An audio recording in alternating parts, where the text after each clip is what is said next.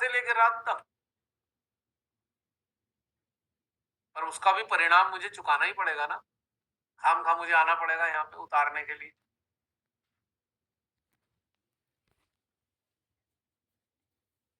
जीवन किस लिए चाहिए था? इवॉल्व होने के लिए। इवॉल्व हो रहे हैं या हो चुके? अब किस लिए जीवन चाहिए अगला? What for? पर्पस तो सॉल्व हो गया ना। हमारे बहुत से सहजी अभी भी इस जीवन को बहुत मजाक में लेते हैं। इवॉल्व होने को ऐसे समझते हैं, अरे ठीक है एक फैशन है इवॉल्व होना। No, it is very serious.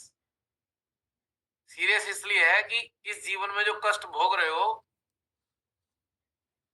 उससे कई ज्यादा कष्ट आने वाले जीवन में आने वाले हैं, जो अगला जन्म होगा। क्या अच्छा लगेगा ये सारे कष्ट दोबारा लोगे?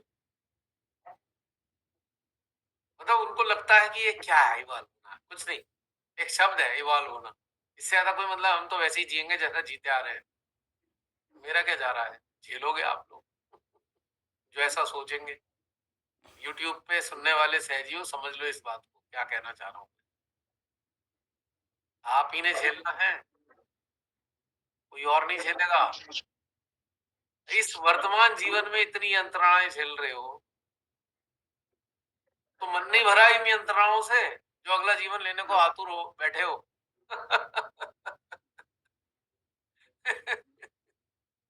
मेरे को तो अभी कान में कहते हैं श्री माता जी, बेटा आज तेरा एंड हो रहा है। मैं कहूंगा हाँ माँ, चैन मिल गया, खत्म हो गई झंझट। इतने सुबह रोज उठो, इतने सारे काम करो, एक लफड़ा है जिंदगी।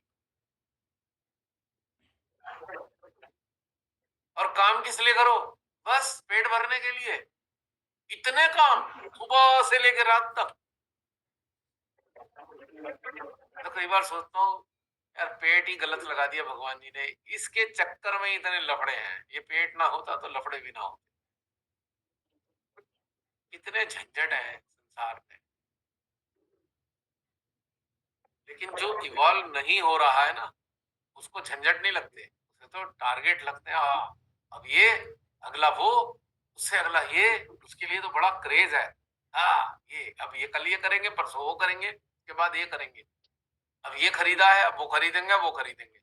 लेकिन जो इवॉल्विंग रास्ते पे आ गए उसके लिए यार बड़ा मुश्किल है जीवन। है इतने झंझट है। एक इतनी सी चीज करने के लिए इतनी बवाल अपनी जिंदगी में ले रहे हैं हम। ये डिफरेंस समझ में आता है नहीं बात सही? तो जो आज इस जीवन को, इस इवॉल्विंग एक हमें को अपॉर्चुनिटी मिली इवॉल्व होने की, उसको जो टेक इट ग्रांटेड लेता है, मुझे तो देख के उसे अफसोस होता है कि भाई कहाँ है तेरा विवेक?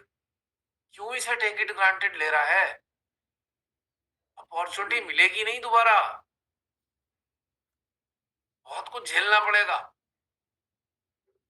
लेकिन नहीं समझ में आ रहा है क्योंकि टारगेट है ही नहीं उसका। वो तो सोचा और कुछ पड़ा है, संसार में कुछ और करना है। अंधा मोह चिपका हुआ है, अंधा मोह। अभी इससे गोंद लगी हुई है, फिर दूसरे से गोंद लग गई, फिर तीसरे में गोंद लग गई, फिर चौथे में गोंद लग गई। एक गोंद से निकलते हैं, दूसरी गोंद में चिपक जाते हैं। क्या होगा? कबीरदास जी ने कहा था ना मक्खी का उदाहरण देके, कि गुड़ में मक्खी के पंख लिपट जाते हैं, वो उड़ भी नहीं पाती। यही मनुष्य की चेतना है, मक्खी रूपी। वो चिपक गई, एक मुंह में चिपकी, फिर दूसरे में चिपकी, फिर तीसरे में चिपकी, फिर चौथे में चिपकी। चिपकती आ रही है, वो हटना ही नहीं चाहती। तो क्या होगा? बहुत दुर्गति और दुर्गति। किसी को अगर ये समझ नहीं आ रहा भाई अगले जीवन में बहुत दुख हो सकते हैं, तो इस वाले जीवन का आंकलन कर लो। जब इस जीवन में है तो अगले में भी होंगे। ये तो असंभव है कि ना हो। ये तो संभव ही नहीं है कि ना हो, ये तो मैं गारंटी से लिख के दे रहा हूं। क्योंकि ग्रॉस बॉडी में यदि हमारी शरीर में जीवात्मा आ गई तो दुख लाजमी क्यों है? वाय वाय वाय दुख जरूरी है। दुख रिफाइनमेंट एजेंट है, चेतना के। कोई कहे, अरे ऐसा कैसे हो सकता है? देखो उसे को देखो, मुकेश अंबानी को देखो, कितना पैसा है उस पे, एशिया का सबसे अमीर आदमी है। मेरा किसी दिन उसके साथ शाम को मुकेश अंबानी के साथ टाइम काटना, आधे घंटे का, अगर उस पर टाइम हो और आपसे बहुत अच्छी मित्रता हो, उससे पूछना, भाई मुकेश खुश है? देखो कितना वाला अपना दुखों का पिटारा खोल देगा आपके सामने। हजारों दुख है उनको, हमसे बहुत ज्यादा दुख उनको है, पर वो क्या करें, नाटक करने के लिए मजबूर हैं। अब सोचो, रेस घोड़ा कसीनो क्यों खेलते हैं वो? अपने गमों को, दुखों को दूर करने के लिए खेलते हैं। जितने दिखाई देंगे ना बड़े, मतलब ग्लैमराइज करेंगे, अपने सारे शौक ग्लैमराइज कर रखे हैं उन्होंने, वर्ल्ड को दिखाएंगे, पूरी दुनिया को, देखो हम कितनी विलासिता से रहते हैं। आखिर किस कमी को भरने के लिए इतनी विलासिता को एक आवरण ओढ़ रखा है? कोई तो अंदर कमी शूल की तरह चुभ रही है ना, चुभी पड़ी है ना कोई ऐसी चीज जिसे उस विलासिता के आवरण से ढका हुआ है। पॉइंट की बात समझने की है।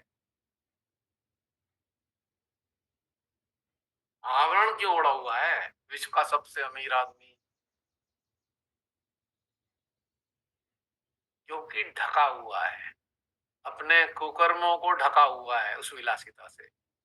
कितने लोगों का हक मारा हुआ है इन लोगों ने, कितने लोगों की थाली छीन ली है, अनगिनत, लाखों करोड़ों लोगों की। कितने पैसे हड़प लिए हैं बैंकों के। वो सब अंदर अंदर दीमक की तरह खाते हैं इनकी चेतना को। और उसको ढकने के लिए एक बोतल, जैसे एक आदमी होता है ना शराबी, वो जीवन का सामना नहीं कर पा रहा, सुबह उठता है आधी बोतल पी लेता है, दोपहर में लंच में फिर वो पी लेता है, शाम को फिर पी लेता है, घर पहुंचता है नशे में, जिससे घर के बच्चे या वाइफ उससे कुछ कह ना दे, पहले ही ओढ़ के बैठा हुआ है उस शराब को। ये जो कीड़े काट रहे हैं ना अंदर, दीमक, टर्माइट्स इनके अंदर लगे हुए हैं बहुत सारे, उसको ढकने के लिए विलासिता को ओढ़ लेते हैं नशे की तरह, लेकिन अंदर तो काट रहे हैं ना वो। अरे आप खुद ही देख लो, कोई, आपने कभी अपने बच्चे को नाराजगी में थप्पड़ मार दिया, कितने दिन तक अंदर दिल में कष्ट लगता रहता है थप्पड़ मारने का।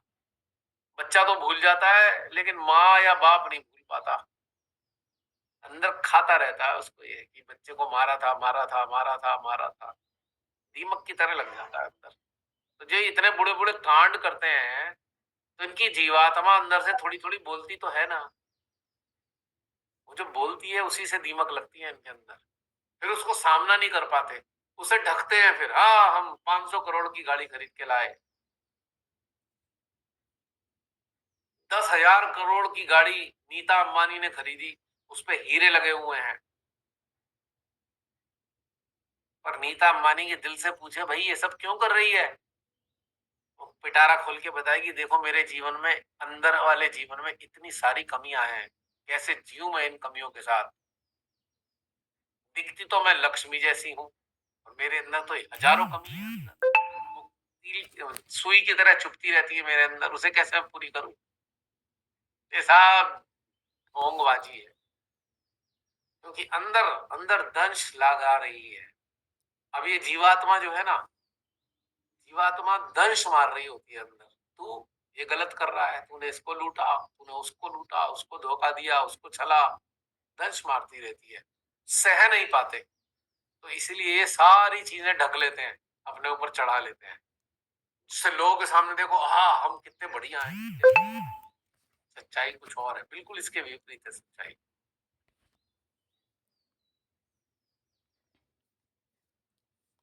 कभी मुकेश अंबानी के चेहरे पे मुस्कुराहट देखी आपने? अगर देखी हो तो मुझे कोई फोटो बताना उसका।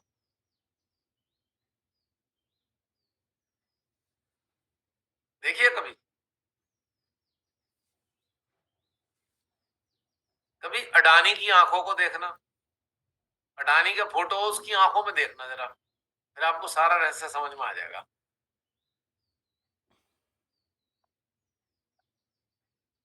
और हमारे प्रधान सेवक की आंखें तो दिखती ऐसी हैं, उसे ऐसे ही दिखती हैं कि भैया बहुत बड़े बड़े चोर हैं अंदर से, पता नहीं क्या क्या बवाल छुपा रखा है अंदर, आंखों से पता लग रहा है। धूर्तता ऐसे झलकती है ना, जैसे जैसे पानी बहता है ना किसी उसका, ऐसी धूर्तता बह रही होती है आंखों से। देखो, कभी झांक के देखो उसमें। और धूर्तता के साथ क्या दिखाई देगा?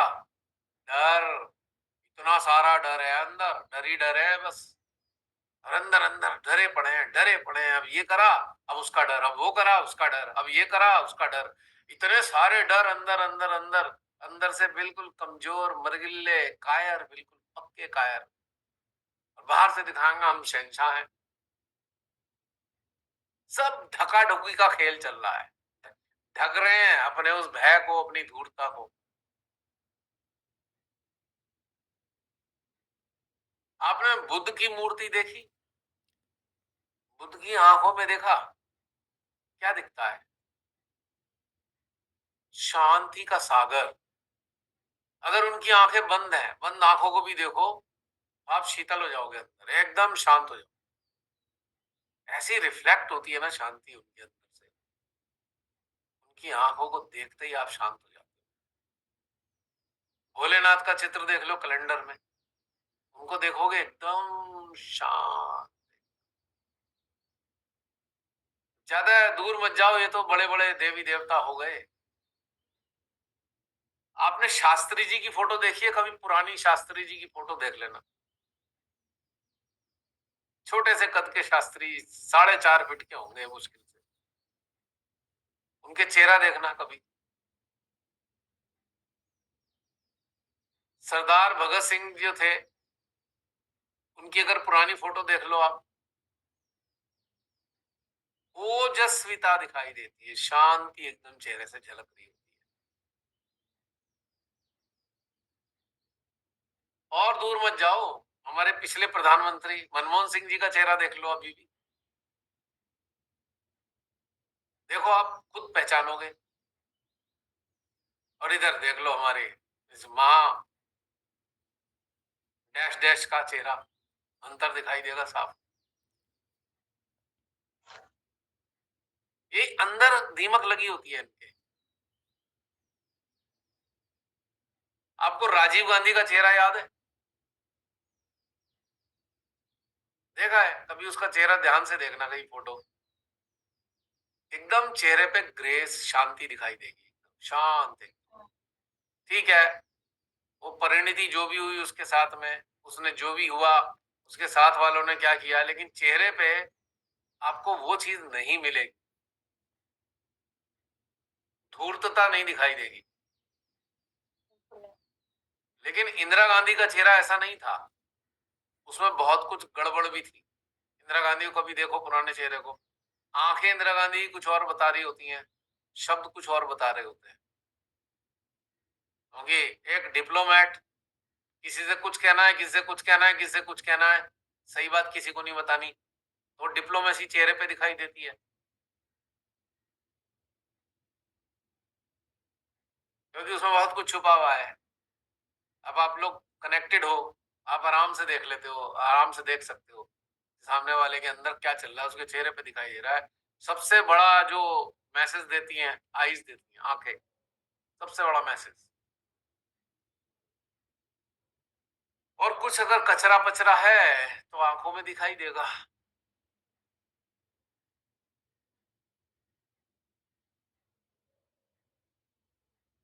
वो सारा अंदर का मामला है। आप सब लोगों को अपने चेहरे याद होंगे पहले के, 10 साल पहले के चेहरे और आज के चेहरे, दोनों फोटो देखना। एक अभी का फोटो खींचना और एक 10 साल पहले वाले का देखना, आपको ये डिफरेंस अपने ही चेहरों में नजर आएगा। और उन चेहरों से ये पता लगेगा ये सफाई तो काफी हो गई, काफी सफाई हो चुकी है, वो वाली बात नहीं है। ये जो अंदर रिफ्लेक्शन है, ये हमारे चेहरे पे और हमारी आंखों पे रिफ्लेक्ट होता है। और फिर अगर आप वास्तव में अंदर से साफ हो रहे हो ना, तो आपको किसी भी आवरण की जरूरत नहीं है, ढकने की जरूरत नहीं है, कोई भी चीज ढकी नहीं जाएगी। आर्टिफिशियलिटी आप अपना ही नहीं सकते, अपना ही नहीं सकते आर्टिफिशियलिटी। आप एकदम सरल, सौम्य अस्तित्व वाले बन जाओगे। जितनी ढकाढुकी का गेम है, ये सारी इंफीरियरिटी कॉम्प्लेक्स है कहीं ना कहीं अंदर। आप चाहे आप अपने शरीर पे आप कुछ आवरण कर ढकते हो, मतलब तो शरीर से मतलब चेहरे से मतलब है मेरा, या हम या स्टाइल हम कोई अपनाते हैं, ठीक। चेहरा हो गया, स्टाइल हो गई, व्यवहार हो गया, स्टेटस हो गया, ये सारे आवरण हैं। ये फैक्ट नहीं है, ये हम ढक रहे हैं। कहीं ना कहीं इन्फीरियरिटी है, इसलिए उन सारे आवरणों का इस्तेमाल कर रहे हैं। कहीं ना कहीं इन्फीरियरिटी तंग कर रही है। क्या हम अपने को प्रेजेंट करें, वैसे प्रेजेंट कर दें, अच्छा सा प्रेजेंट करना चाहिए। अगर ये शब्द आ रहा है ना हमारे अंदर, हमें अच्छा सा प्रेजेंट करना है, वही इन्फिनिटी है। पहचान, ये सोच ही नहीं आनी चाहिए अच्छा करना है प्रेजेंट की, बुरा करना है। ये सोच ही कमी बता रही है।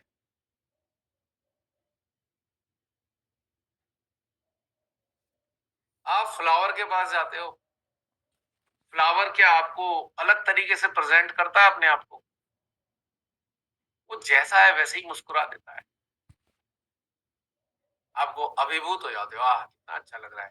अगर सोचो, गुलाब का फूल आपके आते ही किसी और स्टाइल में बदल जाए, क्या आपको अच्छा लगेगा? अगर मैं जरा सा स्टाइल जरा चेंज कर देता हूँ, अपनी पेटल्स को मैं थोड़ा अलग तरीके से फोल्ड करके दिखाता हूँ, आपको अच्छा नहीं लगेगा। आप उससे कहोगे अरे भाई गुलाब देख, तुझे ये सब करने की जरूरत नहीं, तू जैसा है ना वैसे ही देख, इसी में मजा आ रहा है।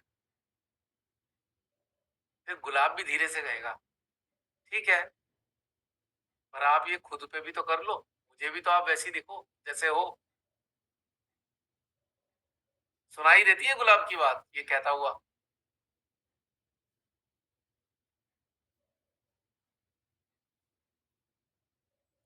कमल खिला हुआ है, आहा हा। कोई आदमी उसके पास गया, वो उसने आधी आधी पत्तियां मोड़ दी, जरा स्टाइल से प्रोजेस, कैसा लगेगा? आधी पत्तियों का मुड़ा हुआ कमल प्रेजेंट कर रहा है, ये अच्छा दिखने की कोशिश कर रहा हूँ, और उसमें उसकी सारी ब्यूटी चली गई।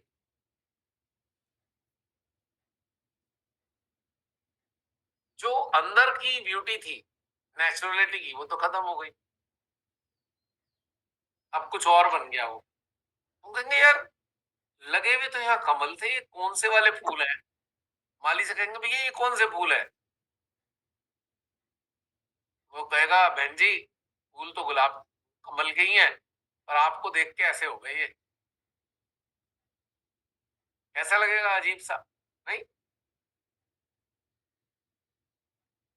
कभी आपने देखा है वो डॉग शो होते हैं, जो मालिक होते हैं उनके, उन्हें क्या क्या पहना देते हैं, कैसी कैसी उनके बाल काट देते हैं, कोई पोनी टेल बना देता है, कोई अलग तरीके से, कैसे लगते हैं बेचारे वो, उनकी वो नेचुरलिटी खत्म हो जाती है, अजीब से लगते हैं जैसे टॉय हो वो।